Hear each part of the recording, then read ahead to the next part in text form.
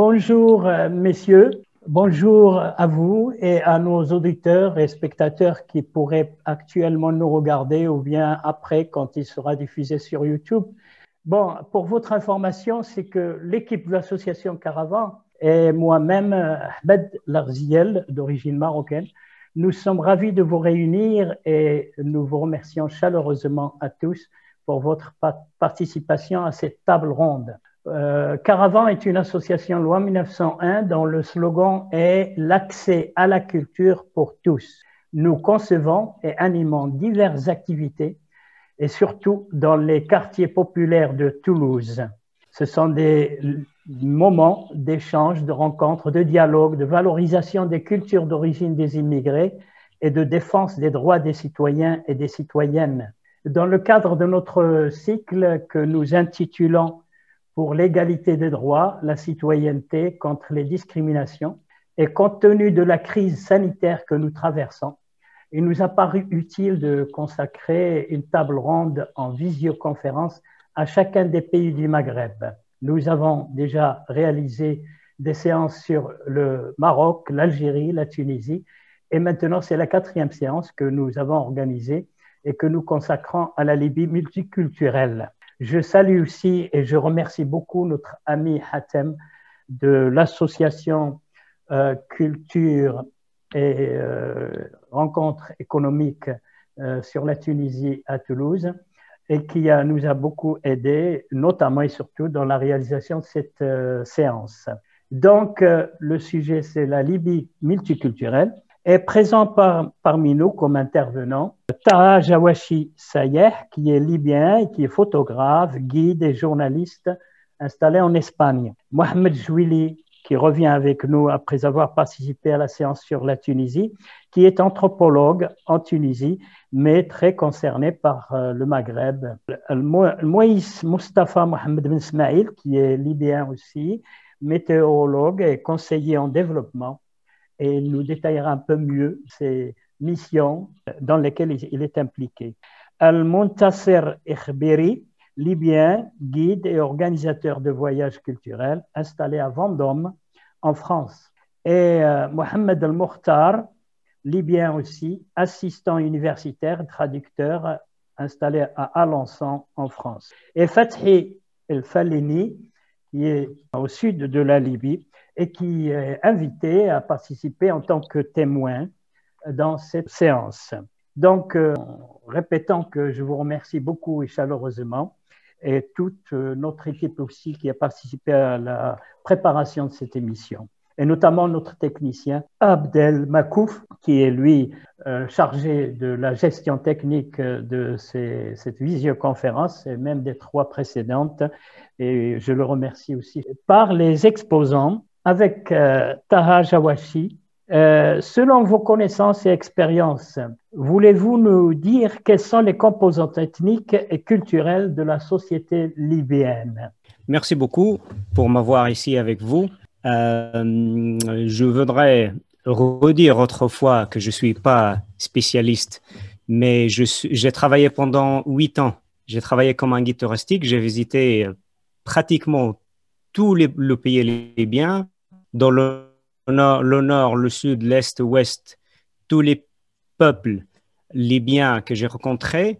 Et à partir de 2011, j'ai commencé à travailler comme un photographe ou journaliste. Et j'ai voyagé encore une fois dans le pays et j'ai rencontré beaucoup de gens, politiques, activistes, citoyens normaux. Ce que je vais dire maintenant, c'est ma expérience personnelle à base le travail que j'ai fait pendant pratiquement 18 ans. Et je voudrais dire que ça fait vraiment longtemps que je n'ai pas parlé en français, 10 ans au moins que je n'ai pas parlé en français. Alors, je reprends mon français maintenant. J'ai appris la langue française à l'université de Tripoli dans les années 2000 à 2003. Et puis après, j'ai travaillé comme un guide touristique avec des groupes francophones. Et j'ai voyagé pas mal en Libye. Alors, mon point de vue, c'est que moi, j'ai toujours vu la Libye comme un point de lien, un lien entre l'Est et l'Ouest, le Nord et le Sud. Et en Libye, que peu de gens savent que la Libye compose un pays de Maghreb, On est entre le Maghreb et le Mashrek. Et Libye est l'endroit de rencontre de peuples et d'ethnies qui viennent d'Asie, comme les Arabes, les Phéniciens, qui sont originaires d'Asie, et les Européens aussi, les Grecs et les Romains, les Africains, qui sont les Amazirs, les habitants originaires du nord d'Afrique, et les Africains noirs. Et si vous voyez un peu le mélange que nous avons en Libye, les Libyens ont toutes les couleurs. On est des blancs, des noirs, au milieu, des cacao au chocolat, comme on dit, comme je suis, la couleur que j'ai. Alors, j'ai toujours vu que la Libye était un point de rencontre de différentes civilisations et différents peuples. Alors, maintenant, est-ce que les Libyens savent l'histoire de notre ethnie, de cette mélange? Une réponse rapide va être non. On a toujours, pendant des années et des années et des années, pensé qu'on avait tous la même culture, les mêmes origines, les mêmes rites de religion. Et maintenant, c'est l'heure que les Libyens doivent comprendre la diversité du pays et prendre cette diversité comme un point fort et non un point pour lequel on va faire la guerre. C'est normal qu'on soit différent et c'est normal et c'est possible de vivre ensemble parmi toutes les différences que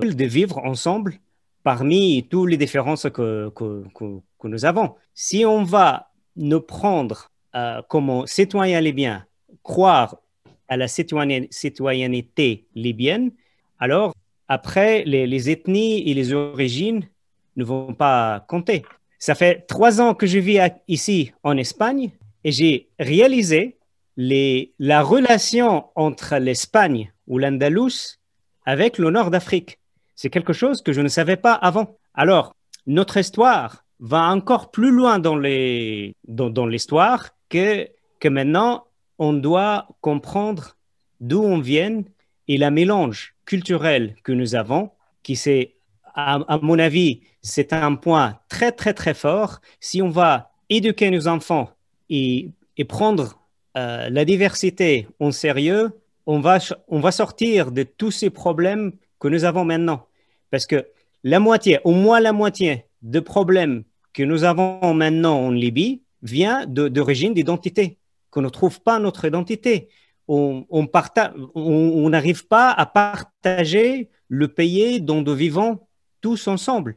On a toujours des problèmes quelqu'un vient d'une telle région, d'une telle origine, qui a une telle couleur. Alors, je pense que maintenant, c'est l'heure de parler de ce problème et d'essayer d'éclairer la chose. Oui, sans indiscrétion, et vous êtes originaire de quelle région ou vraiment familiale? Moi, je suis né et vécu toute ma vie à Tripoli, la capitale libyenne. D'accord. Et ça fait seulement 3 ans que je vis en Espagne, dans le nord d'Espagne. Donc, on attendra aussi l'intervention de notre ami Khberi quand il nous parlera des tribus pour un peu compléter votre exposé certainement. Oui. Alors, deuxième intervenant, exposant, c'est Monsieur Jouili. Donc, par vos connaissances, et vos recherches et vos rapports aussi, peut-on considérer la Libye, au vu de son histoire et de sa culture, comme un pays maghrébin ou bien moyen-oriental? Et comment? D'accord, rebonjour. Donc, vous me permettez d'abord, Ahmed, de vous remercier de m'avoir invité encore une fois pour participer à cette rencontre, même si c'est une rencontre virtuelle, mais que ça nous permet de communiquer sur un pays qui est vraiment très cher pour nous et qui vraiment a une place de choix dans le Maghreb. Donc, vous me demandez d'intervenir sur un thème précis concernant la Libye, c'est-à-dire un pays avant tout est un pays maghrébin. Avant d'être un pays oriental, c'est un pays maghrébin. Je profite de cette occasion pour dire que à l'université tunisienne, et moi-même en tant que directeur de recherche, j'ai organisé en Tunisie, après 2012, 2 colloques sur la Libye.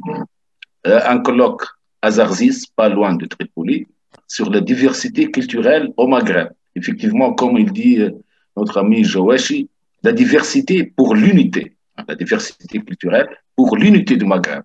C'est pas pour les guerres civiles et les conflits tribaux et tout ça. Non, c'est dans ce sens. La deuxième colloque, je l'ai organisé à la faculté de lettres à la Manouba en Tunisie. J'ai invité pas mal d'écrivains libyens sur le roman en Libye. Parce qu'il y a beaucoup de Maghrébins en Afrique du Nord, Tunisiens, Marocains, Algériens, je parle notamment, qui ignorent qu'en Libye, nous avons des très, très bons romanciers. D'ailleurs, Ibrahim El-Kouni n'est qu'un exemple, un grand romancier connu sur le plan international, banquier du Touareg. Je crois, le Touareg barbarophone. Je reviens sur les questions de Touareg, de Tabou, tout ça, aussi de Libyens. Et une table ronde qu'on a organisée aussi sur l'aspect politique, la politique de la Libye après 2010-2011, pour ne pas parler de la révolution, parce que ça, c'est un terme vraiment, concept très, très polémique, même en Tunisie. Est-ce que ce qui a passé après l'année 2010-2011, est-ce que vraiment c'était une rébellion ou une révolution? C'est une question très polémique, même en Tunisie. Donc moi, je n'ai pas l'intention de politiser cette rencontre. Je préfère qu'elle soit vraiment culturelle, parce que politique, alors là, on va se perdre. Donc, si vous me permettez, je veux débuter par un aspect subjectif qui me relie personnellement à la Libye. Parce que moi, je suis originaire de Bengardan. Bengardan, c'est une ville côtière qui se situe aux confins saharo-tripolitains, à 28 km de la frontière, soi-disant frontière. C'est une frontière installée par le système colonial français en accord avec la Turque ottomane à la fin du 19e siècle. Ça veut dire mes ancêtres, ce n'étaient ni finalement ni tunisiens ni libyens. C'est un mélange entre libyens et tunisiens. Donc c'était les deux à la fois alors. Enfin, et je le suis encore. Je suis encore dans un sens, bien que je suis installé à Tunis, mais quand je rentre à Bengarten, dans les vacances, tout ça, c'est à proximité. Des villes, par exemple, comme Jmil, Rigdalin, Zouara, même Zawiya, tout ça, Boukamesh, tout ça, c'est vraiment très proche. Moi, quand j'étais enfant, quand je monte sur la maison de mon grand-père, je vois la lumière de la ville de Jmil. Mais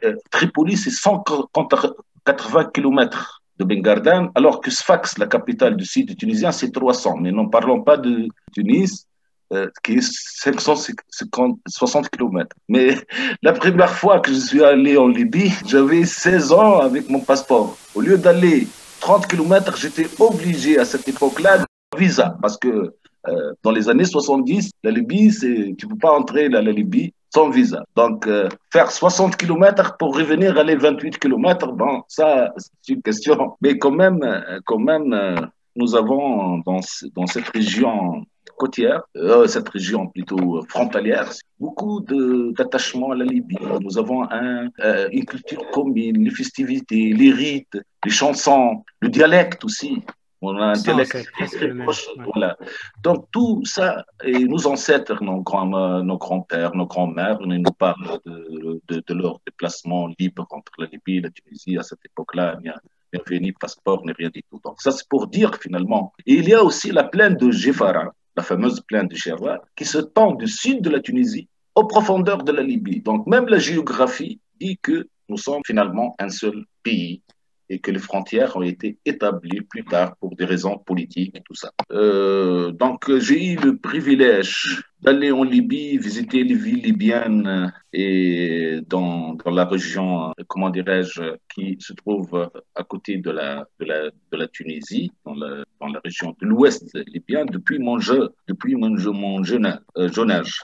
Et finalement, tout ce qui touche la Libye a une répercussion immédiate sur la Tunisie, sur le sud-est tunisien plus particulièrement, mais pour toute la Tunisie. Le bien et le mal, c'est-à-dire, nous sommes très, très influencés par la Libye. Et d'ailleurs, même dans le contexte actuel, moi, à mon avis, la Tunisie ne trouvera jamais, jamais la stabilité et la paix sans installer la paix en Libye. Donc, c'est Julie, déjà par votre vie, votre parcours, vous considérez que la Libye, c'est bien plus proche du Maghreb que du Moyen-Orient, là. Oui, c'est ça. Si vous permettez, Sidi Ahmed, est-ce que je peux continuer un peu, même me dire le temps, si j'ai 2 minutes, 5 minutes, etc., peut-être pour ne pas. Une minute. Donc, ce que j'ai dit, en fait, il ne faut pas oublier que 30% de Tunisiens sont d'origine libyenne. 30% de la population tunisienne sont d'origine libyenne. Pour ne citer que des noms de familles qui renvoient à des villes libyennes.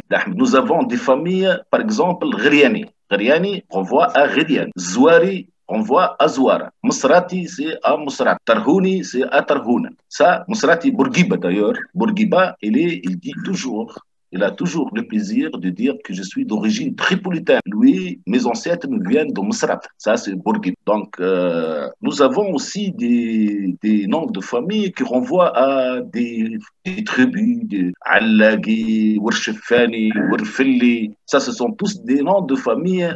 Ahmedi, je ne sais pas, il y a beaucoup. Hein. Je vous citais des dizaines de familles tunisiennes maintenant. Trabelsi aussi. Trabelsi, ça veut dire tripolitain. Mais Trabelsi en Tunisie, ce sont des familles tout entières, hein, des milliers de gens qui ont la famille.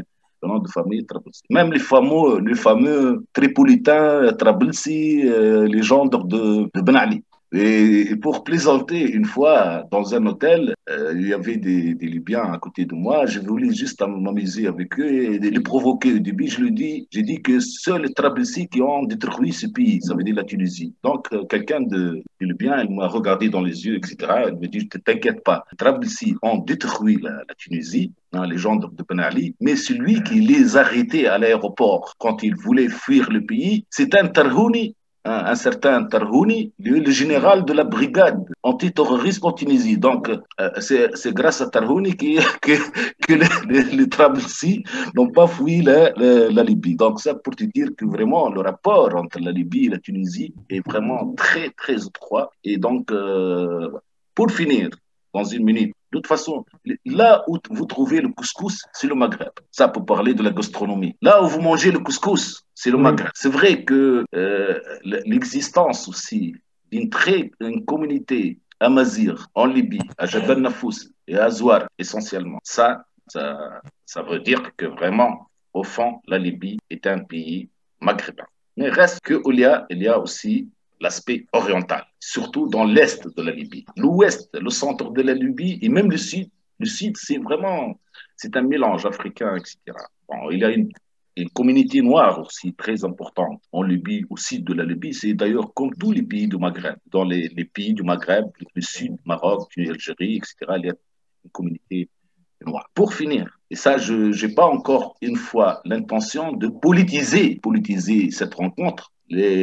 La communauté noire en Libye, c'est la communauté la plus chanceuse qui a eu une place de choix dans les politiques libyennes depuis le roi Drissi et même à l'époque de Gaddafi. Quel que soit qu'on dit de régime de Gaddafi, etc., c'est pas dans le contexte aujourd'hui pour révéler ce système, etc., mais il y avait beaucoup de ministres noirs, Boubacar Younes Jaber, Juma Al-Fazzani, le fameux homme d'Afrique, le Bachir Salah, tout ça, des directeurs généraux, des responsables très hauts à l'État. Ce qui ne fait pas le cas des autres pays du Maghreb, tels que l'Algérie, le Maroc et la Tunisie, où on ne voit pas des ministres, on voit des joueurs de football noirs, des chanteurs, mais on ne voit pas des personnalités politiques, etc. Bon, ça, c'est un point positif. Et ça ne veut pas dire que moi, je suis en train de défendre le régime de Kadhafi, c'est autre chose. Ça, c'est un autre problème. Mais il y a une bonne communauté noire et cette communauté noire vraiment est très, très bien intégrée depuis l'époque du roi Snoussi, qui ne fait pas le même cas jusqu'à nos jours dans les 3 pays du Maghreb. Dans toute l'histoire de la Tunisie, c'est fini, Sidi Ahmed, dans toute l'histoire de la Tunisie, nous avons seulement un secrétaire d'État de couleur noire, c'est Taïeb Sahbani, mais nulle part on trouve vraiment des vrais responsables politiques à l'État de cette communauté. Pour finir, la diversité culturelle est le futur du Maghreb et le futur de la Libye. La diversité culturelle, comme dit notre ami Jawashi, doit être pour la construction et non pour la destruction. Voilà, merci. Ben, bien sûr qu'il existe aussi dans le Maghreb, au Maroc, en Algérie, en Tunisie aussi, des mélanges génétiques qui ont abouti aussi à une couleur de peau métisse. Ouais. Et voilà, des enfants ou des enfants d'anciens Noirs d'Afrique installés au Maroc ou en Algérie et en Tunisie et fait des mariages, des relations avec plutôt des Arabes. Et d'ailleurs, le problème de la couleur, disons, dans la vie quotidienne, ne se pose presque pas dans ces pays du Maghreb. D'accord, donc on va en discuter encore longuement tout à l'heure si vous le voulez bien, mais là on va donner la parole à Mustafa Mohamed Ben Ismaël. Donc votre parcours et expérience indique que vous avez été impliqué dans la gestion socio-économique de la Libye. À votre avis, y a-t-il une véritable identité nationale de cohésion libyenne? Merci de cette invitation. Tout d'abord, vous m'avez présenté en tant que météorologue. Moi, j'ai fait des études à la faculté en météorologie, à l'Institut national de météorologie et de ponts et chaussées. Et j'étais pilote d'aviation, mais j'ai travaillé pour plus de 15 ans à la direction générale exécutive du gouvernement et j'ai eu 6 ans de direction auprès du Conseil du développement économique, social et pour la coopération internationale. Et depuis 6 ans, je suis dans la direction administrative au point de vue sportif international, comme je suis le secrétaire général, on l'appelle, la Fédération internationale d'haltérophilie et le directeur général, secrétaire général au pays de le baseball africain. Bon, je vous remercie, c'est pour ma présentation. Ça a été vraiment, je remercie Taha Al-Jawashi, je remercie Khouna Mohamed, vous remercie personnellement d'avoir un peu, on a parlé de la Libye, malheureusement, ce qu'on sache de la Libye, soit les Libyens, soit à l'extérieur, je le dis tout franchement, j'ai toujours dit moi, j'ai jamais vécu à l'étranger. J'ai fait toutes mes études. J'ai vécu en Libye, à Tripoli. J'adore ce pays. On a toujours fait tout ce qu'on peut, mais malheureusement, notre pays n'a pas été présenté au monde comme il fallait le présenter. Ça a toujours eu des problèmes. On n'a jamais présenté comme il le fallait. La Libye, pour les gens qui nous écoutent, je suis certain que tous nos amis libyens qui sont parmi nous dans ce webinaire connaissent bien l'histoire de la Libye. La Libye, on a fait beaucoup de... Ça date, la Libye, c'est un nom qui date plus de 2000 ans. Hein. Il faut le savoir que quand on parle de l'histoire de la Libye, on a une histoire de plus de 10 000 ans.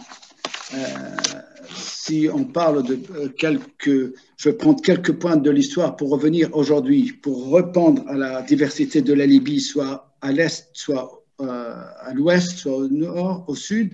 Quand on parle d'historien grec, qui a sa parole qui est très bien connue avec sa manière la plus célèbre, qu'il a dit « Libya yat al-jadid » de la Libye vient le nouveau. C'est le grec qui est d'Hérodote. Ça, c'est une histoire. On peut savoir aussi la doctrine chrétienne le plus célèbre qui a été créée par le prêtre libyen Marc Aurelius. C'est une histoire qui a gouverné le royaume des pharaons.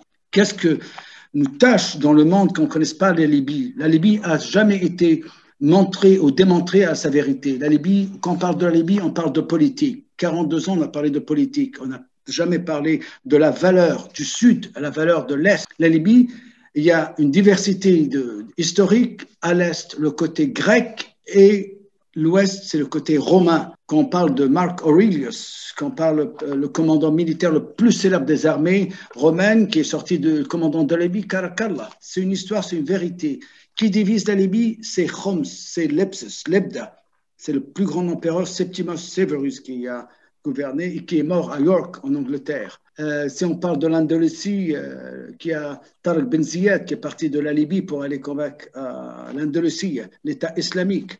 On prendra des longues heures pour parler de l'histoire de la Libye, mais malheureusement, je le répète encore, on a mal présenté la Libye comme il fallait au monde, soit au monde occidental, soit même au monde arabe, soit au monde, malheureusement, quand on voit dans les fins des années 60, quand on a commencé l'exploitation du pétrole, ça a fait un bouleversement moral, un pays qui était un des pays les plus pauvres du monde, à être le pays le plus riche du monde avec les richesses qui étaient en Libye. La Libye, si on voit l'histoire présente, la Libye a été colonisée par les Italiens. L'Italie, il faut voir qu'ils ont colonisé seulement 2 pays en Afrique, la Libye et le Somalie. On voit le Somalie, dans les années 70, un des pays les plus pauvres du monde. Et la Libye, c'était pareil. Aujourd'hui, avec le pétrole, le pays, ça a changé la civilisation, tout ça. Donc, quand on parle de diversité, on n'a jamais eu... la Libye, c'est le seul pays on n'a jamais pensé aux couleurs. Ça n'est pas dans notre dictionnaire. On n'a aucun problème avec les couleurs. La Libye n'a jamais été un pays de diversité. Tout à fait, on a une diversité culturelle, soit dans nos mariages, soit dans notre façon de vivre, soit notre façon même de manger, mais on n'a jamais eu une diversité de couleurs.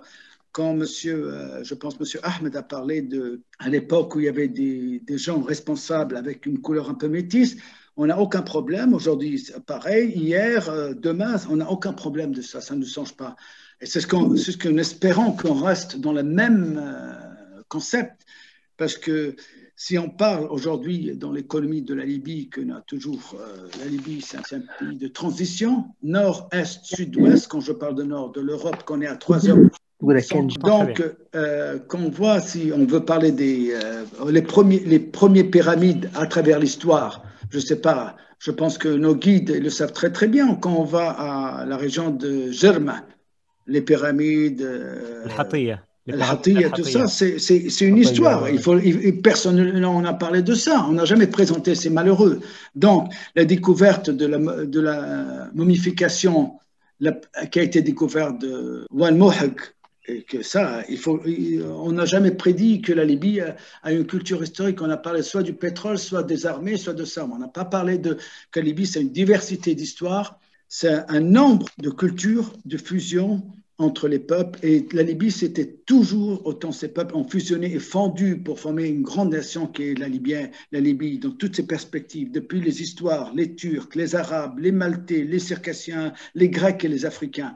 C'est un point port, c'est un centre de commerce, c'est un centre et qu'on est très ambitieux, on est très optimiste, que nous espérons avec toutes ces couleurs que je vois devant moi, ces jeunes, soit qui est en Espagne, soit qui est en France, soit en Libye. Je suis très optimiste qu'avec ça, on pourra avoir, et c'est comme des conférences comme ça pour présenter la Libye. La Libye a besoin qu'on la présente avec les Libyens pour présenter, parce que c'est des gens qui ont vécu en Libye, qui savent la Libye.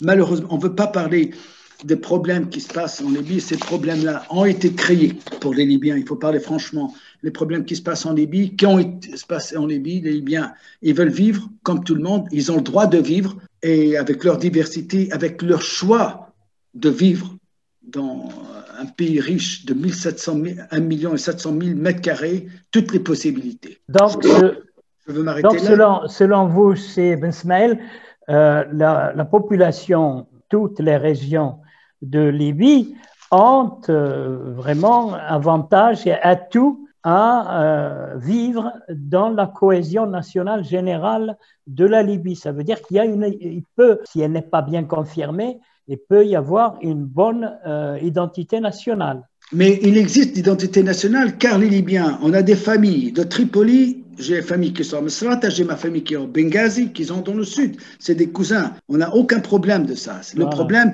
c'est des petites bêtises politiques qui arrivent. Qui est subventionné par, je ne veux pas parler de politique là, mais les Libyens, on est tout à fait d'accord, on prend le téléphone, je suis certain que même nos amis qui sont avec nous, ils prennent le téléphone, ils peuvent parler de droite à gauche, au sud, on n'a aucun problème avec n'importe quoi. Ok, très bien. Donc on va donner maintenant la parole à Sir Beri pour nous parler un peu des tribus et ont-elles des spécificités différentes les unes des autres en Libye? D'abord, je veux remercier tout le monde. Je vous remercie chaleureusement de m'avoir donné cette occasion de pour représenter la Libye. C'est un pays qui, bien sûr, qu'on connaît très bien, mais on connaît moins de choses sur ce pays. Déjà, ce que j'aime bien de vous dire, que la Libye, c'est pas les 5 lettres qu'on prononce. La Libye, c'est un grand pays qui a une grande histoire. Il a des racines profondes. Ce sera notre jour. Déjà, avant de parler de Libye, on parle de l'Ibou. L'Ibou, c'est une tribu qui était dominée tout le nord d'Afrique, qui est aussi un tribu qui est un grand pouvoir, qui était un tribu combattant, On sait très bien qu'est-ce que cette tribu-là, il a fait une guerre avec les Égyptiens. Il a dominé l'Égypte pendant trois dynasties. Le prof qui a toujours chez Shank, qui était arrivé comme un roi qui a dominé les Égyptiens, le pharaon. Cette pays, c'est un carrefour. On parlait déjà, comme mes collègues, sur l'arrivée des Grecs, donc le premier arrivé, la première base sur les Grecs. Dans cette population, avant d'arriver, ce fleuve-là, il y a toujours une population très importante, c'est les Amazirs. Bien sûr, la Libye, c'est un pays amazir qui garde toujours ces histoires, qui garde jusqu'à notre jour le prof qu'on retrouve toujours dans le Tadrat à Kakos, même à côté de Masrata. Moi, j'étais à côté de Tarouna. On a vu le Tifinard, c'est un prof, c'est un pays, il a toujours des racines comme un pays amazir. De diversité culturelle, on sait très bien que la Libye, après l'enquête arabe qui est arrivée, ils ont arrivé par l'Égypte, vers les Cyrénaïques. Donc, sur les Cyrénaïques, la première rencontre qui est trouvée l'arabe, c'est la Ouatta. C'est un tribu très important qui vivait à l'époque dans ce terrain-là. Ils ont accepté l'islam, ils ont accepté d'être arabisés. Mais cette période-là, c'était resté une période enchantée pour la Libye. Mais quand on remonte un petit peu sur la période de Byzantin, c'est là que les tribus commençaient à sortir. Donc, on voit très bien, aujourd'hui, si on parle aujourd'hui, il y a presque 100 tribus qui étaient aujourd'hui. À l'époque de Byzantin, c'est là le conflit qui commence à grandir entre les tribus. Donc, la Libye s'était divisée entre Cyrénaïques, qui étaient toujours sur l'influence à l'époque de Grecs, et les Tripolitains qui étaient toujours liés par le Carthageois. Tant que dans le sud, il y avait une minorité de nomades qui circulaient entre le pays, parce qu'à l'époque, il n'y a pas de frontières. Donc, ils circulaient entre le Niger, le Tchad, le Mali. C'est les nomades qui aussi, on parle d'autre chose, c'est notre communauté ou d'entité qu'ils ont un coutume à eux, un coutume avec leur langage spécial à eux. Mais par contre, le pays, ça commence à arabiser très facilement, accepte par l'islam, parce qu'on voit l'islam quand on est venu vers le nord d'Afrique, il est passé par la Libye, la Tunisie, etc. Donc, ce pays-là commence à développer et les emprunt de pays arabes. Ensemble, quand on parle ensemble, ces pays-là, sur le tribu aujourd'hui, on voit très bien dans le sud, dans l'est de Libye. Dans l'est de Libye, il y avait toujours, qu'on l'appelle les Cyrénaïques. Il y a un tribu qu'on s'appelle As-Saadi, qui reste toujours cette zone-là. Il y a aussi les descendants de Zenata qui restent toujours vers Tripolitain. Bien sûr, sur la montagne Nafoussa, il y a des Amazirs. Tant que quand on passe vers le sud libyen, il y avait encore la communauté arabe qui ont pris la fuite à l'époque de Turcs, parce qu'on ne va pas oublier qu'il y a les Turquie, ils ont chassé pas mal des Arabes parce qu'ils refusent de payer une somme d'argent à l'époque. Ils ont pris la fuite et là, ces populations-là, ils ont avancé vers Fezzan. Après de Fezzan, ils ont pris la fuite vers le Tchad. Donc, on parle un petit peu sur le mix culturel. On voit très bien la Libye, c'est un grand mosaïque, on peut trouver tout, toutes les tribus qui vivent dans. Voilà. Merci donc pour cet exposé.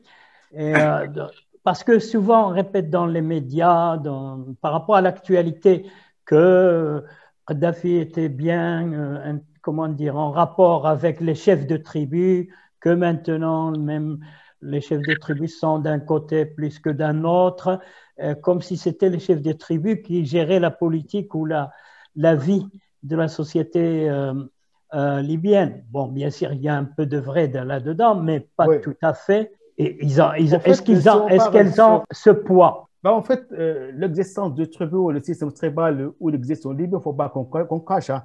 En fait, on sait très bien de la Libye, depuis la famille de Karamalli, ils ont brouillé sur les tribus pour gérer le pays. En fait, le Turc n'essayait pas d'installer le pays sans les tribus.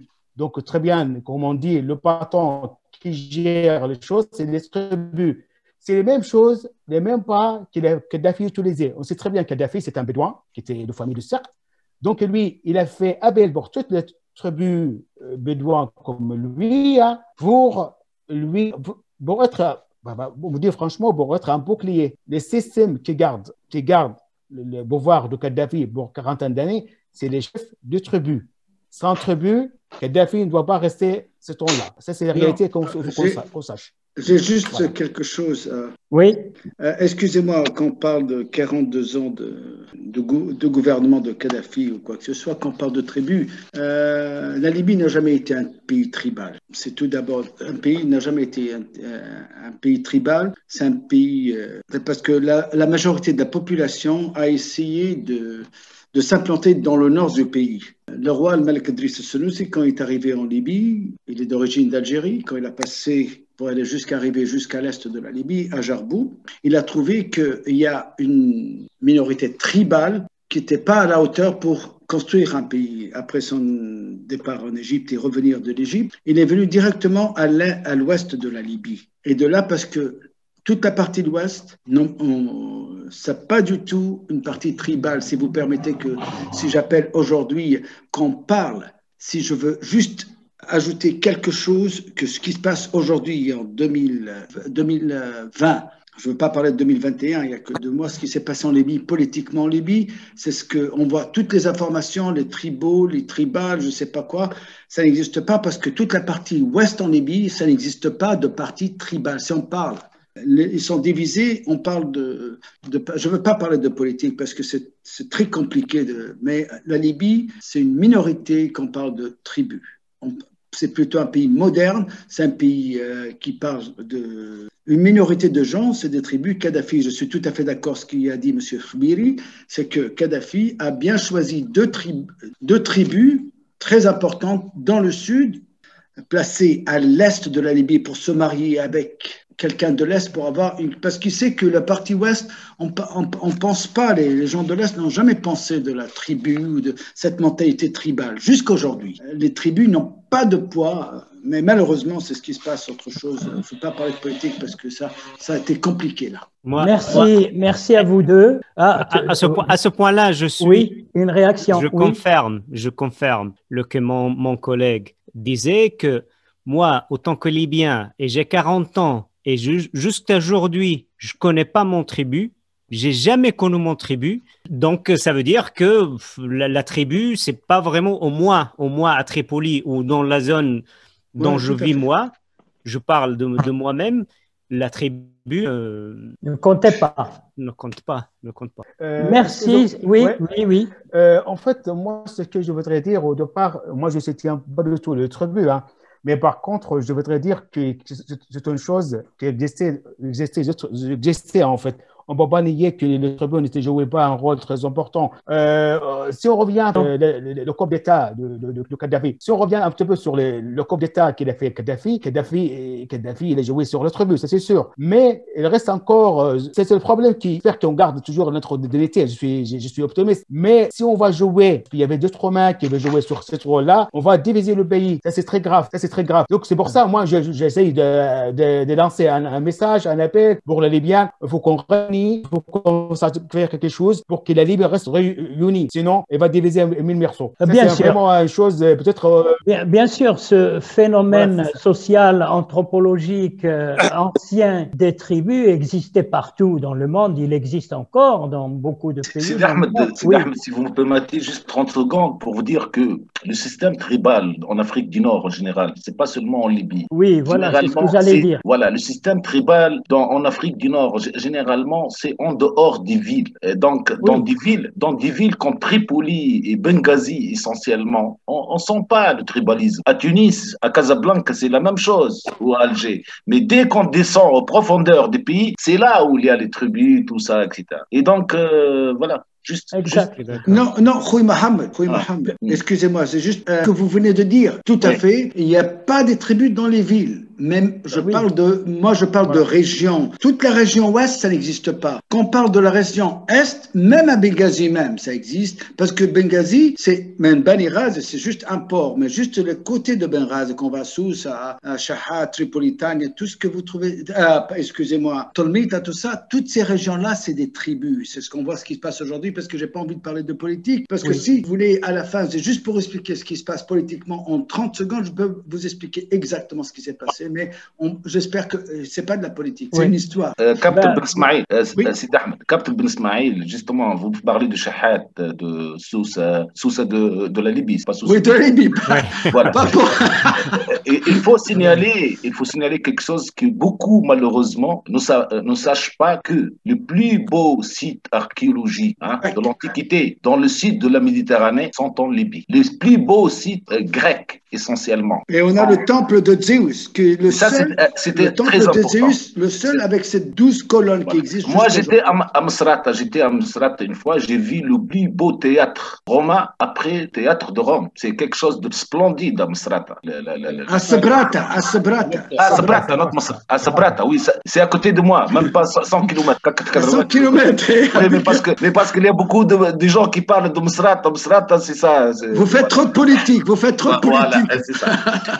Donc, merci. Justement.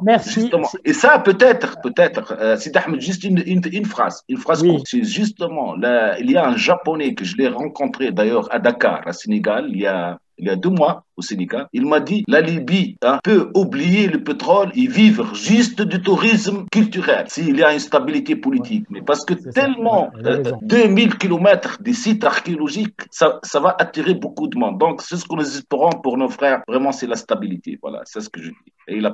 Et aussi, c'est un espace où l'on peut exploiter les énergies vertes de l'air, du soleil, des mouvements sable qui maintenant sont étudiés pour servir et être bénéfiques. Il y a beaucoup à faire. Et au niveau de l'archéologie, oui, moi j'ai lu quelque part qu'on n'aurait pas encore découvert le tiers de ce qu'on devrait découvrir sur la côte, notamment principalement libyenne. Et même le sud, apparemment, le sud, c'était le lieu de passage, quand c'était peut-être moins saharien, des communautés, des populations de l'Est, même de la presqu'île arabique, qui passaient par là pour aller vers le Maghreb et vers l'Afrique. Ouais. Donc, il y a beaucoup à découvrir, mais là, si vous permettez, on va prendre comme une petite pause, mais restez là, toujours avec nous, avec juste un générique de l'association. Et on reprendra donc les exposés, puis la discussion.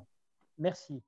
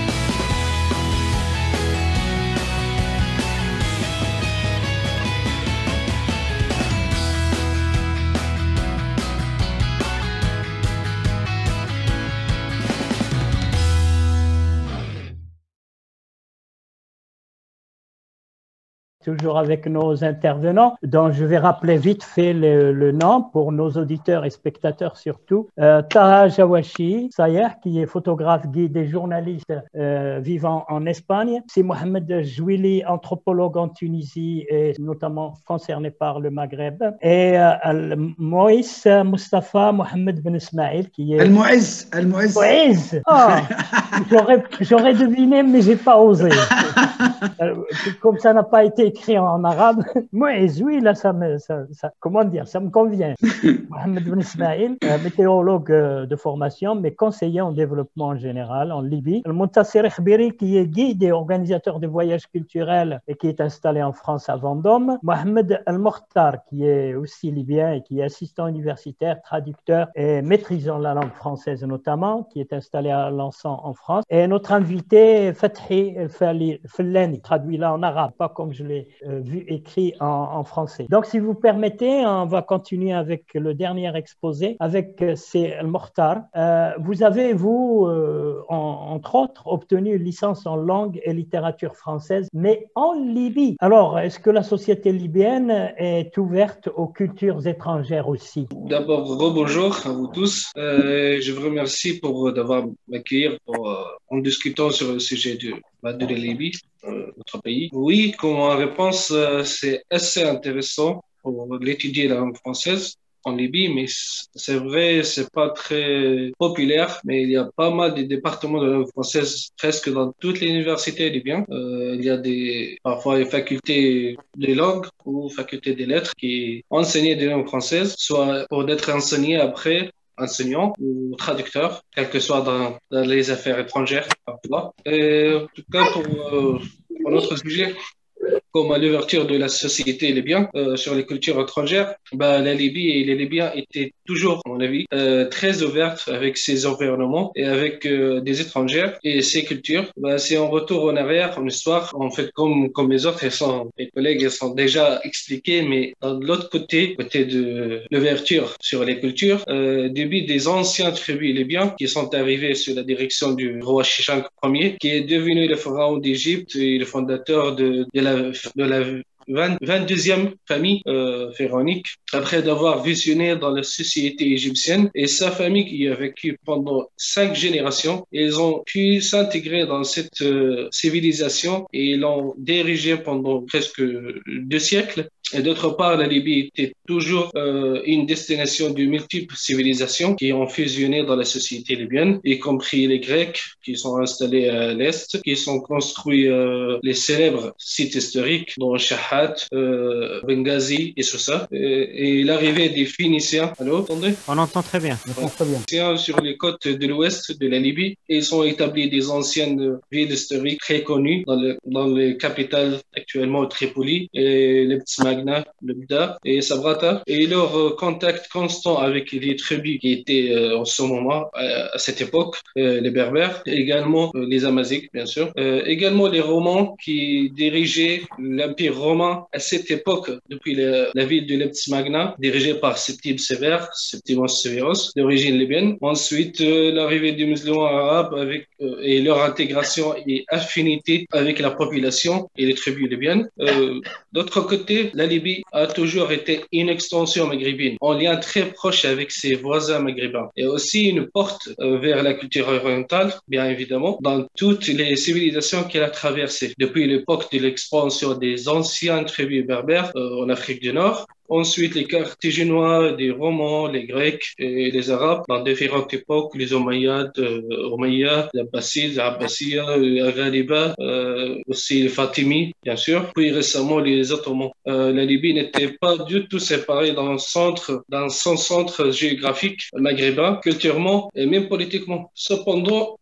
Cependant, en parlant de l'ouverture mondiale au développement des méthodes de communication et des conséquences, je pense que la Libye, au lieu de se rapprocher de son environnement maghrébin habituel, on est devenu plus loin d'eux pour plusieurs raisons. Et dont la plus importante, c'est l'influence de la langue française et l'influence de la culture francophonie sur les voisins maghrébins. Tunisie, l'Algérie et le Maroc. Et en conséquence, une nouvelle identité et une culture indépendante pour la Libye et la nation libyenne ont été formées dans une certaine mesure, également grâce à la position géographique de la Libye, ou la rencontre de la désert et le côte. Aussi, la Libye est au milieu de ce qui est connu le monde ancien, combinant son ancienne histoire avec l'influence orientale et maghrébine.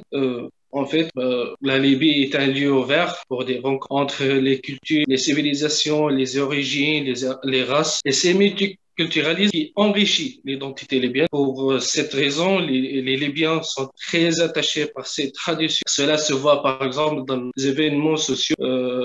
La façon dont célébrons, dont nous les célébrons et dans notre cuisine, par exemple. Du coup, j'emprunte et je répète la phrase que Monsieur Joueli il a déjà dit, la phrase très célèbre de l'ancien président Habib Bourguiba, qu'elle a résumé cela en expliquant simplement à l'ancien président égyptien Jamal Abdel Nasser l'idée d'unité maghrébine. On dit l'unité maghrébine commence là où la consommation du couscous commence et se termine. D'autres termes, pratiquement en parlant du Maroc, jusqu'aux Libo-frontières, Libo-égyptiens frontières. Et pour résumer sur cette ouverte pour les Libyens, l'ouverte culturelle, les Libyens sont un moment à l'autre. Ils acceptent les étrangers, ils acceptent l'idée d'échanger la culture, soit sa culture et ses origines, quelles que soient ses origines et sa culture. Et on a une volonté de prendre aux autres et de leur donner. Et cela nécessite plusieurs moyens, dont certains que je mentionne, des idées, les déplacements fréquents, car ils permettent de se rencontrer et d'échanger les cultures, les voyages. Par conséquent, les procédures de voyage entre les pays doivent être faciles. Deuxième, des réunions et des séminaires, des activités culturelles, même comme on fait là en visio, au moins pour déborder des sujets qui permettent à chacun de présenter son point de vue et sa culture afin de permettre d'échanger de connaissances.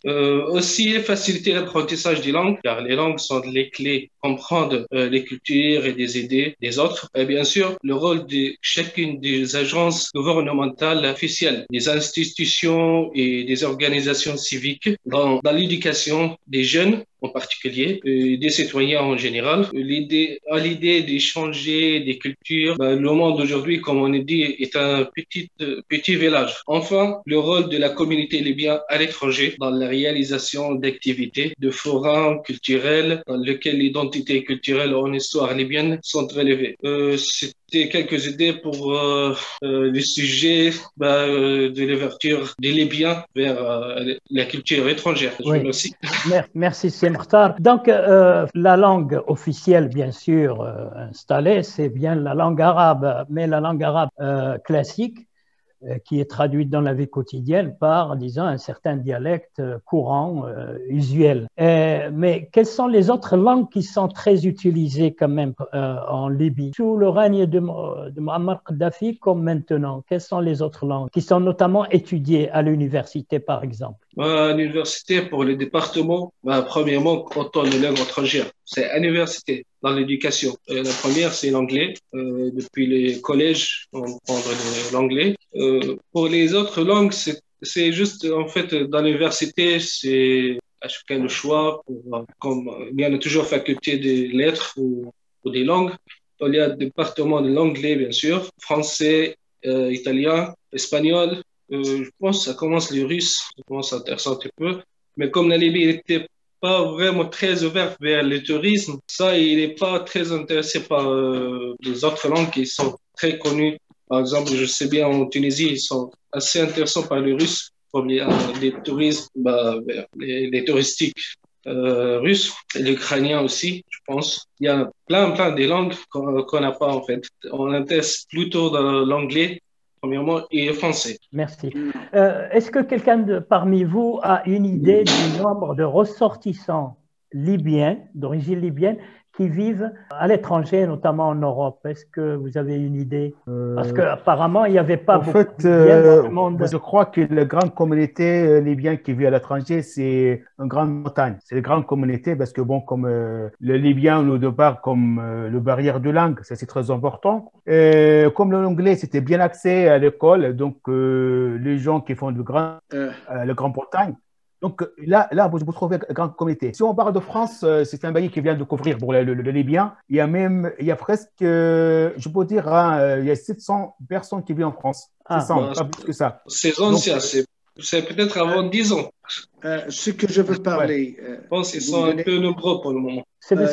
Oui, ce qui se passe, comme nos amis qui sont avec nous, là, quand ils ont parlé de langue ou de multiculturel en Libye. La Libye, c'est un pays très jeune. En 1970, le nombre d'habitants, c'était à peu près 2 millions. Aujourd'hui, en 2021, on a à peu près le nombre d'habitants en Libye, on arrive à la barrière de 7 millions d'habitants. Il y a des années, quand on parle dans les années, fin de l'année après la découverte du pétrole dans les fins des années 60 et au début des années 70, le gouvernement libyen, au temps de Kadhafi, a essayé de faire une évolution scientifique pour envoyer des Libyens faire des études, notamment aux États-Unis, au Canada, dans l'Amérique, parce que tous les pays pétroliers s'étaient localisés à Houston, qui était le centre pétrolier. Après, quand il a commencé on a eu des années malheureuses dans les années fin 80 avec l'embargo sur la Libye.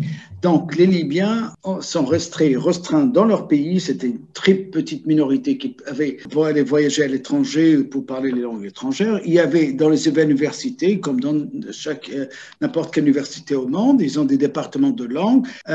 Comme il a dit notre collègue Mohamed, que le tourisme, il n'y avait pas de tourisme, c'était un pays enfermé totalement. Personne ne pensait avoir ça pour apprendre une langue. Pourquoi? Mais comment c'est qu'il y a eu dans les années 90, dans le monde entier, même en France ou en Europe, c'était l'invasion musicale de Michael Jackson, comme on dit, le Down Street, tout ça, tout le monde parlait anglais, c'est obligé qu'on parle anglais. Hein. C'était une invasion historique dans tous les pays du monde, c'est l'anglais qui était la première langue jusqu'aujourd'hui, soit l'aviation. Les Libyens, ils aiment beaucoup voyager, ils aiment bien vivre, ils aiment bien les langues, ils aiment bien. Donc aujourd'hui, dans ces années-là, toute cette jeunesse qui pense soit dans les pays, même maghrébins, je sais qu'en Tunisie, qu'en Algérie, le problème, si on parle aussi des immigrés, tout ça, nous, pour qu'on parle de la langue française, c'est très difficile pour les Libyens.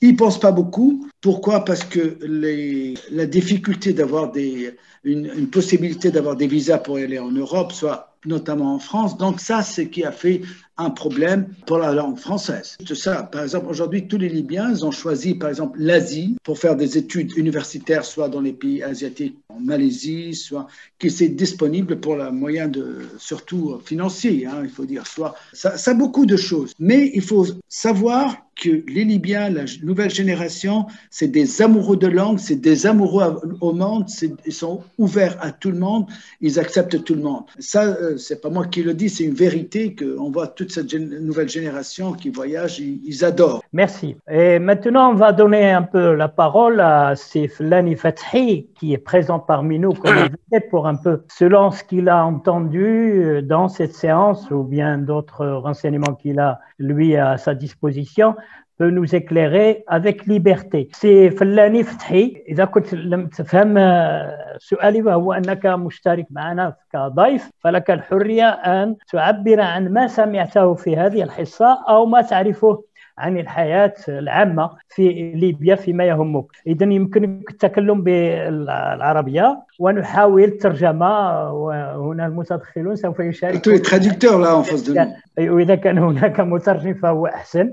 سي فلاني، إذن ما هي ارتساماتك وملاحظاتك؟ السلام عليكم. أنا فتحي الفلاني، صحفي مستقل وخبير سياحي ومنظمة حقوقية على حقوق الإنسان وكذلك حفظ الآثار وتشجيع السياحة. Voilà, donc on va essayer de traduire un peu petit à petit. Vous êtes donc un militant des droits de l'homme aussi et vous êtes dans le tourisme. طبعا من العادة أني أنا أتجول في كل ليبيا، زرت كل ليبيا شرقا وغربا وجنوبا وخالطت أغلب الليبيين في المناطق هذه. Vous avez visité toutes les régions de Libye et vous les connaissez très bien. نعم. التاريخ الليبي، نحن كهوية نحن نفتقد للهوية كليبيين، ليس لدينا هوية حقيقية الآن، لأن التاريخ هو هذا ينطبق على شمال أفريقيا والمغرب الكبير، ولكن اليوم نتكلم على ليبيا، نفتقد للهوية إلى عند الآن، نجهل هويتنا من نحن. Selon vous, vous ne pensez que vous n'avez pas bien défini jusqu'à maintenant votre identité, mais quand vous dites ça, c'est-à-dire l'identité nationale, الهوية الوطنية التي تتكلم عنها. نعم، هويتنا الوطنية كتاريخنا، نحن نفتقد. ليس أنا مثلا لا أشعر أنني عربي، لست من الطوارق ولا من التبو ولا الأمازيغ، ولكنني لا أشعر كشعور وانتماء عربي لا أشعر به، أنتمي إلى ليبيا، فضائي مغاربي، امتدادي متوسطي إفريقي، لكن لما تقول لي عربي أنا أحترم العربية والإسلام، ولكنني لا أنتمي إلى العرب يعني. Donc vous dites que vous pensez ne pas vraiment appartenir à, disons, la tendance arabe. Et alors, quelle autre tendance? من أين هي جذوره؟ أيوة. ففي مشكلة في الهوية، وخاصة في ليبيا نتيجة البلد كبير قارة وانعدام المواصلات مثل القطارات، فانقطع التواصل بين شرق وغرب وشمال وجنوب، فكل إنسان في بقعته يعتقد أنه هو التاريخ وأنه هو الهوية. Tout un chacun pense qu'il a une identité libyenne alors qu'ils sont très diversifiés et que l'espace est très grand.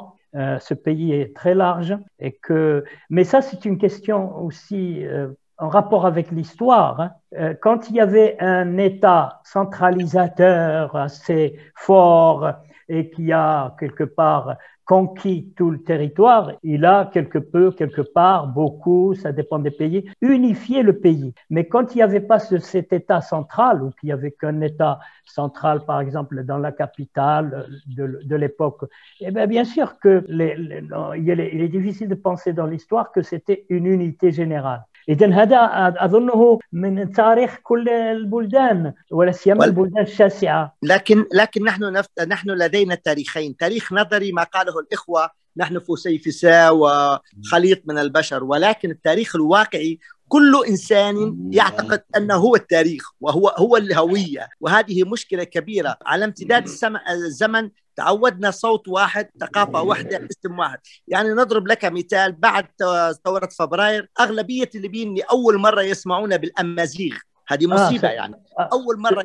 Oui, ce n'est qu'à propos de la révolution de 2011, en quelque sorte, que vous avez appris qu'il y a une identité aussi berbère qui ne se savait pas avant. Mais bien sûr que les politiques de l'époque n'avaient pas intérêt à favoriser les minorités, je pense. أظن أنه ذلك راجع للإرادة السياسية المتحكمة في نعم. وأيضا الآن افتقاد ليبيا للنخب، ليبيا تعاني من تصحر في النخب والعلم، فتجد النخب معلوماتها نظرية من الكتاب أو كذا، ولكن على أرض الواقع هو لا يعرف شيئا عن الواقع. فعندما تزور المناطق شرقا وغربا وجنوبا تكتشف أشياء أنت لا تدركها عن طريق الكتب، وللأسف أغلب ما يسمى نخب نظريا فقط، لا يفقه شيئا. يعني كثير من الناس لا يفقهون حتى أين التبو.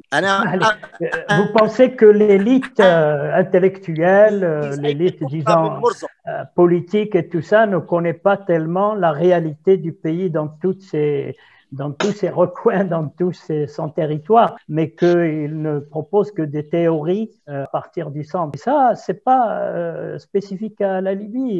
Si on ne fait pas attention dans d'autres pays, pour ressortir les richesses et les identités et les histoires et les fortunes intellectuelles, culturelles de chacune des régions, si on ne s'y mettait pas dans une démocratie bien plus ouverte, efficace, on reste dans ce que vous dites. إذن أظن أنه ذلك راجع للتاريخ والإرادة السياسية. فإذا كنت تحاول أن تساند وأن تدفع بالديمقراطية الحقيقية على كل المناطق التي هي منتمية إليها، فيمكن أن نتكلم عن غنى ثقافي فكري.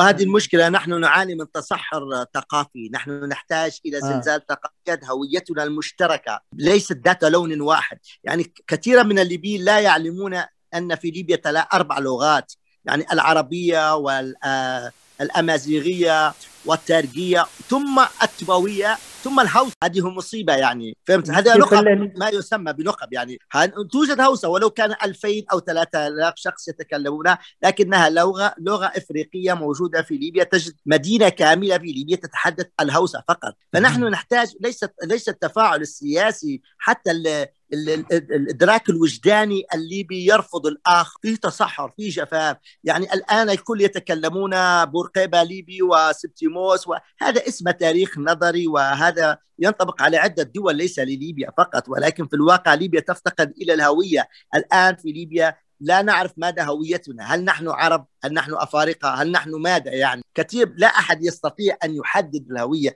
لأن أغلب جل الليبيين وبما فيهم الدكاترة والمثقفين من لا يتحدث العربية فهو ليس ليبي. يعني من هو ليس أبيض ليس ليبي، أقول عليك صراحة، أنا أتكلم من الواقع، أتحدث مع الناس. يعني أنا ذهبت إلى أوز، صح هي أرض تشادية ولكن سكانها ليبيين، ذهبت إلى غات، ذهبت إلى ترغم، ذهبت إلى سوسة وشحات وزوارة. دائما أنا أعمل في جولة لمدة شهرين دائما على حسابي لأعرف الاتموسفير متاع الناس، عقلية الناس تفتقد إلى المعرفة. اسمح لي أختصر ما تقوله بالفرنسية. Vous pensez que à l'heure même actuelle, beaucoup ou la majorité des Libyens ne connaissent pas, disons, les diversités qui existent dans ce pays et ne les approfondissent pas, même pas d'ailleurs par l'élite intellectuelle et politique aussi du pays, qui ne connaissent pas tout à fait les richesses qu'il y a et la diversité qu'il y a en Libye. Et donc, pour le moment, il faut redéfinir cette identité en quelque sorte. Il faut la chercher, l'approfondir, la faire connaître, se mettre d'accord sur une gestion normale de ce qu'on appelle les minorités. À ce propos, il y a par exemple un organisme qui existe à Toulouse qui a lancé un militantisme et un combat pour ce qu'on appelle les langues minoritaires. Et entre autres, en ce qui nous concerne, le berbère aussi, en France. Et ça a été même mené jusqu'au débat au Parlement européen. Et actuellement, il y a une charte sur Internet qui font signer pour redéveloppement de cette politique en faveur des langues qu'on appelle mortes, alors que beaucoup d'entre elles ne sont pas mortes. En ce qui concerne ici cette région, c'est par exemple l'occitan. On pourrait dire un certain berbère de France, comme aussi l'ancien breton, comme plusieurs, du côté aussi de Strasbourg. Oui, ils ont aussi une certaine langue minoritaire, considérée minoritaire. Donc, ils veulent que ça soit reconnu au niveau national français, mais au niveau de l'Europe aussi, que ces langues qu'on ne laisse pas disparaître. Et quand on dit reconnaître, c'est pas seulement reconnaître théoriquement, c'est donner des moyens, permettre des moyens d'approfondissement et de connaissance et d'apprentissage et d'enseignement de ces langues, même dans les établissements scolaires publics. إذن هذا المشكل رغم الفرق المتواجد بين الدول هو مطروح حتى في أوروبا، حتى في فرنسا مثلا. هناك اللغات القليلة الثانوية، اللغات الأقلية التي لم يعترف بها في التاريخ ولا سيما في 3 قرون الأخيرة، وهي عندها غنى كان يتكلم بها حتى القرن العشرين بطريقة. لكن يا أستاذ هي ليس، عفوا يا أستاذ، هي ليس نكران اللغة، نكران وجودك أنت في ذاك. هذه المشكلة في ليبيا. أنت ليس ليبي، يعني سواء أنت تكلمت العربي أو غير العربي أنت لست ليبي، لأن اسمك وردكو أو اسمك أمازيغي أو اسمك. هذه المصيبة هي في العقل الوجداني الليبي وليس القانون السياسي فقط. هو فيه ظلم سياسي ولكن فيه ظلم اجتماعي على ناس. أنا نتكلم لك من معاناة ناس سمعت هناك إذا تتكلم عن حقوق الإنسان، عن حقوق المواطن. Je veux parler, monsieur. S'il vous plaît. Merci, Saïd Foulani, ce que je viens de dire, ce qu'on a parlé, tous nos collègues, qu'on a parlé de l'histoire. C'est une histoire, on ne peut pas le nier. Ce qui se passe, ce qu'il y a eu en Libye depuis 10 000 ans, on ne peut pas le nier. لن نستطيع أن ننسى ما هو تاريخنا، من لا تاريخ فلا حاضر ولا مستقبل. Si on n'a pas d'histoire. Qu'on parle des diversités des tribus, des langues en Libye, c'est ça qui fait le charme de la Libye. Ce n'est pas de la théorie qu'on parle. Si Kadhafi, pendant 42 ans, parce que monsieur a dit qu'on ne connaît pas les Amazirs, ou la Tabo, ou la Touareg, ou la Hausa, l'Orat Hadi, non, au contraire, Kadhafi, il ne voulait pas de ça, c'est question politique. Mais je peux vous assurer que à Tripoli, la capitale, ou donc comme dans chaque capitale au monde, on a une diversité de toutes les couleurs, de toutes les races, de toutes les cultures. كان في ترابط تنوع من كل الأرقية وأصدقائنا. يا أستاذ هذا في العصر الملكي حدث، ولكن أنا أتكلم عن الوجدان الشخصي. دعك من القذافي، دعك من القذافي والسياسة والإقصائية، دعك. هذا اللي قلت. أنا نتكلم عن الوجدان الاجتماعي كفرد. نحن الليبيين نقص الآخر. حقيقة أنا عربي محسوب على العربية، لست ولكن أينما تذهب تجد أن مشكلتنا نحن في فرض الثقافة العربية عن آخرين. Oui, apparemment, il faut qu'on pense à nos auditeurs non arabisants. Oui, ce que je voulais dire, donc, votre réaction à ce que vient de dire M. Ben Ismaël, c'est que vous parlez de l'individualité existentielle de chacun, du citoyen, qui a droit à ce qu'on le reconnaisse en tant que tel, je comprends, là où il est. Oui, je comprends tout à fait, M. Fellan, ce qu'il veut dire. Le problème, pour y aller chez l'autre, c'est pas possible. C'est que si les gens ne savent pas la culture ou l'histoire des Amazirs ou des Tabous ou des Touaregs, et eux, ils sont restés concentrés dans leur coin, ils ne sont pas allés chez l'autre. Comment vous voulez que l'autre démontre ou qui sachent votre histoire ou votre culture?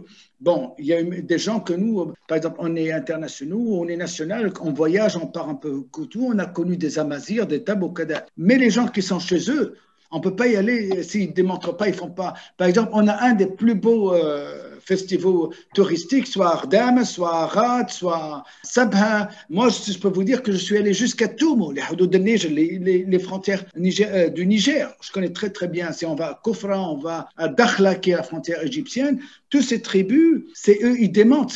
Donc, c'est vrai, peut-être, ils n'ont pas démontré leur culture ou leur façon de vivre ou les élites. Si les élites sont restées dans leur coin, aujourd'hui, on ne veut plus parler de ce qui s'est passé. Aujourd'hui, après 2011, il y a eu une révolution. Cette révolution qu'il y a eu en Libye, les gens ont fait cette révolution, ils ont demandé au monde qui les aide pour cette révolution, pour sortir au monde, pour montrer qui c'est le Libyen. Le premier mot que je vous ai dit au début de ce visio, je vous ai dit qu'on n'a pas su démontrer, nous, au monde. On n'a pas de but.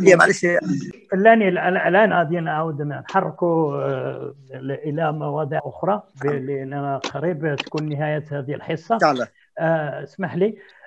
Donc là, c'est Ahmed, moi j'ai un mot à dire aussi. Oui, mais bref, brièvement s'il vous plaît. Non, brièvement peut-être, j'arrive pas, mais ce que je dis maintenant en Libye, il y a le problème.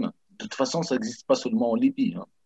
Ça existe aussi dans d'autres pays au Maghreb. C'est ça le problème des langues, de tout ça, berbère, houssa, touareg, tout ça. Moi, j'ai parlé tout à l'heure d'un grand écrivain, peut-être le plus grand écrivain de la Libye à l'époque contemporaine, il est du touareg.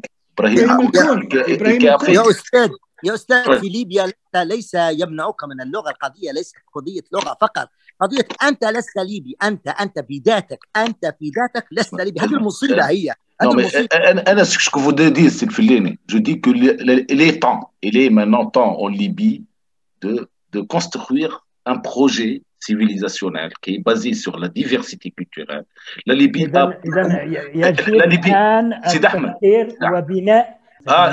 أنا يمكن أتحدث بالعربي ونترجم، يعني أتحدث بالعربي. يعني حان الوقت الآن إلى بناء ليبيا لها كل الإمكانيات. سنة 78 كانت أغنى دولة في أفريقيا. كل ليبي يجيهم البترول $6000. وليبيا فيها إمكانيات كبيرة وضخمة وما فيها المشاكل اللي صارت في رواندا بار اكزامبل. صحيح. التوستي والهوتسي قتلوا مليون بشر من بيناتهم. يعني فيه مشاكل بسيطة. أنا قلت منذ حين أن ذوي البشرة السوداء في ليبيا كان عندهم حظ في السياسة بما في ذلك في عهد القذافي، ولربما واحد البشير صالح، أبو بكر يونس جابر، سمح الفزاني، كلهم كانوا وزراء. ليس هناك وزير أسود في الجزائر أو في المغرب أو في ليبيا. يلزم نكونوا إيجابيين. Permettez-moi, de dire en français là. Il ne faut pas qu'on oublie nos auditeurs. D'accord. Moi, ce que je dis, c'est Ahmed, juste pour finir, je dis que ce qui existe en Libye, ce n'est pas dramatique. Ce qui passe en Libye maintenant, au Rwanda, qui est maintenant parmi les plus beaux pays en Afrique, en ressort économique extraordinaire. Il y avait 1 million de morts, 25 ans en arrière, le Tusti, le Hutsi, tout ça. En Libye, il y a des problèmes. C'est vrai, mais ce n'est pas à la limite comme c'est passé par exemple au Soudan, ou même au Soudan, qui est proche, qui est voisin, ou au Rwanda. Donc, il faut être optimiste. Dans le pays, il y a beaucoup de ressources. C'est un pays riche. Et donc, il est temps maintenant de penser à l'enseignement. qui a été négligé malheureusement à l'époque de Kadhafi. L'enseignement a été détruit à l'époque de Kadhafi. Ça, on peut le dire sans une notation politique ou quelque chose comme ça. Ou pour voilà, l'enseignement, c'est très important. La culture, hein, le tourisme culturel, tout ça, les langues. Moi, j'avais, en ce qui concerne le français, je voudrais saluer deux amis qui sont professeurs de français à l'université de Tripoli. J'y étais d'ailleurs à la faculté des langues. C'est Mokhtar, la faculté des langues de Tripoli. C'est Omran Madi, prof de français. Mousbah Farfar, qui était le président de l'université de Ghrian. J'ai été même à Ghrian pour donner des conférences. Hein? C'était son professeur. Professeur de français, les deux. Et il y avait beaucoup de Libyens qui s'expriment très très bien en français. D'ailleurs, lorsque j'étais, c'est paradoxal comme Tunisien, lorsque j'étais jeune, j'entendais le radio de Tripoli de Ben Gardan, Khalifa Ahmed al-Majbri, 2 heures sur le radio de Tripoli en français, c'était extraordinaire. C'était sur la Studio 5. Studio 5, oui. Studio 5, Khalifa Ahmed al-Majbri. Et c'était moi qui ai fait 2 présentations de 2 programmes aussi. Mais moi, dans les années 80, 81... C'était le Disco Lunch, voilà. À 5 heures d'après-midi. Voilà, 80, 81, moi j'étais à Ben Gardan à côté. Chaque jour, 2 heures avec Khalifa Ahmed al-Majbri et tout ça. Et, le top 10, il y avait les top 10, la musique, il y avait les top 10. Exactement, il avait une prononciation extraordinaire. C'est une occasion, Sid Ahmed. Ça, juste pour demander le nouvelle de Khalifa Ahmed al-Majbri. Oui, il va très bien, c'est un ami, c'est un voisin. Donc mes salutations chaleureuses parce que j'ai beaucoup appris de lui. J'ai beaucoup appris le français de lui. Et son frère qui était Jamal Mejbri, qui était le directeur de la chaîne française à Benghazi. Bon, si vous le voulez bien, on a reçu quelques questions, mais j'en retiens que celle-ci parce que pour montrer que nous sommes conscients de la réalité politique actuelle, de la situation actuelle de Libye, mais que dans notre objectif, c'est pas de discuter de politique, c'est pas parce qu'on craint, c'est parce que il y en a assez sur les médias en ce qui concerne la situation militaro-politique, que nous, non, on veut plutôt discuter. Mais malheureusement, ce qu'il y a dans les médias, c'est pas toujours la vérité. Excusez-moi, Ben Smaïl, s'il vous plaît, je finis, parce que ça, c'est à l'adresse un peu de tout le monde. Bien sûr qu'on entend parler de cette situation, qu'on la suit quelque peu avec nos moyens et tout ça, mais que nous voulons faire connaître ces pays, en ce qui nous concerne, maghrébins, dans leur réalité sociale et culturelle. Hein, c'est notre combat. Parce qu'il y a des ressortissants aussi qui sont partis de ces pays, qui vivent parmi nous ici ou ailleurs, et qui ont porteur de cette richesse qu'ils ont amenée avec eux de nos pays. Et que ces richesses peuvent être aussi exploitées dans ces pays d'Europe et être fructueuses et être développeuses d'une vision humaine, universelle. C'est ça notre sens. C'est pas qu'on craint de parler de politique. On peut lui consacrer un autre débat si vous voulez. Ça, c'est en réponse un peu à l'interrogation. Mais bon, mais disons, elle en est où la situation en Libye actuellement? Il y a des négociations par-ci, des négociations par-là, au niveau international à Genève, même à New York, et que, disons, la situation ne se décante pas si facilement. Moi, je vais attaquer la chose autrement. La généralité de la population libyenne, qu'est-ce qu'elle veut actuellement? Qu'est-ce qu'elle peut proposer tout en souhaitant mieux? C'est une bonne question, en fait. En fait, les Libyens aujourd'hui, qu'est-ce qu'ils cherchent évidemment? Et comme tout le monde, les Libyens, ils ont vécu des ans de guerre, de sang, de ravages. Aujourd'hui, je crois que tous les Libyens ils cherchent à rester réunis sur leur trottoir, réunis pour le paix. C'est ce qu'ils cherchent les Libyens aujourd'hui. Je crois, à partir des 10 ans, le bleu aride que les Libyens ont vécu, parce que les Libyens, on n'a jamais vécu ça. On a vécu 10 ans arides. Je crois que on est en train de tracer un bon chemin vers la paix. Si on a volonté, parce qu'en fait, il fallait, les Libyens, on est encore mineurs, on ne peut pas faire tout ça tout seul, mais on essaye d'adresser un message vers le monde entier, nous soutenir pour nous aider à l'installer, pour rendre le pays, la Libye. Exactement, mais je pense qu'il y a bien... Ce que je cherche bien, pour le moment, je pensais l'instabilisation, juste pour être stable, politiquement et la question de sécurité, c'est très, très, très important. Là, et après, le pays est très riche, là, c'est très connu, c'est pas ça le problème. Mais le problème pour le moment, c'est la stabilisation. Et pour la question de M.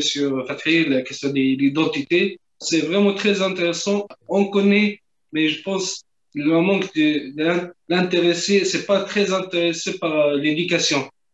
On manque l'éducation parce que, comme il a dit, il y a des villes qui ne connaissent pas qu'il y a des diversités culturelles, des origines en Libye, des Amaziques, des Berbères, des Arabes, des Touaregs. Il y en a plein. Ça, on ne connaît pas. C'est le problème de l'éducation. Ça, il faut travailler sur ce sujet par l'éducation. C'est pas vraiment, c'est l'influence politique au début, mais c'est continuera après. إذا يجب أن تكون هناك إرادة سياسية bien sûr سياسية ولكن تربوية تدفع بالشعب إلى اكتشاف تاريخه واكتشاف معارفه واكتشاف كفاءاته ولا سيما مع الشباب وتعميم ذلك حتى يمكن للأشخاص المواطنين المتواجدين في النواحي الليبية وأقول لها بالنسبة لدول أخرى أن تشترك في هذا البناء لا صحيح. يمكن أن تأتي من الفوق وتحتم على هذا ما عشناه في السابق هذا ما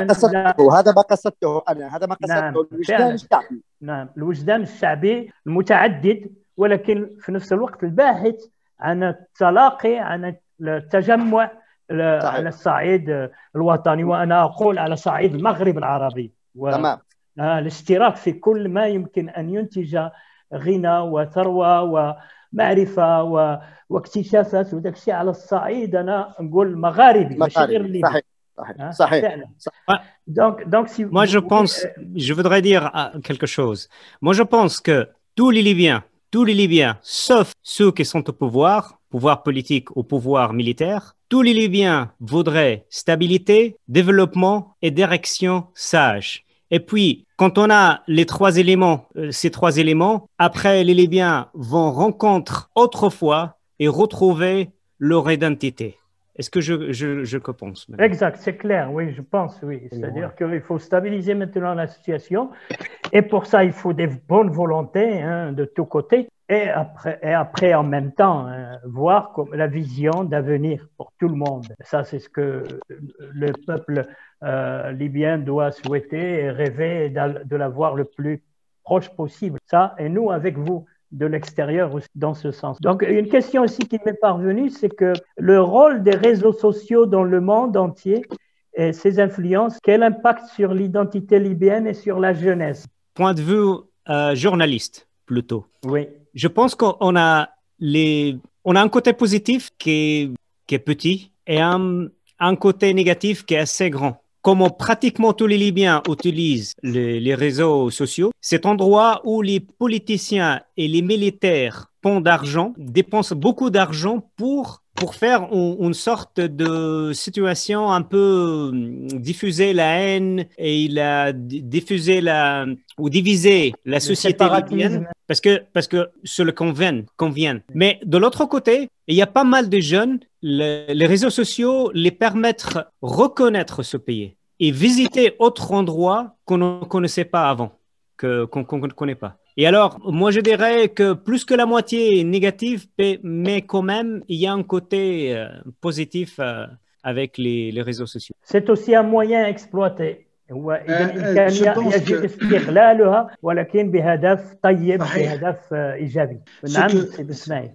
Ce que je veux dire dans ce qui se passe aujourd'hui, surtout ce qui se passe en Libye, il y a tellement le nombre de sociaux, comme on parle de social media, tout ce qui se passe dans le monde.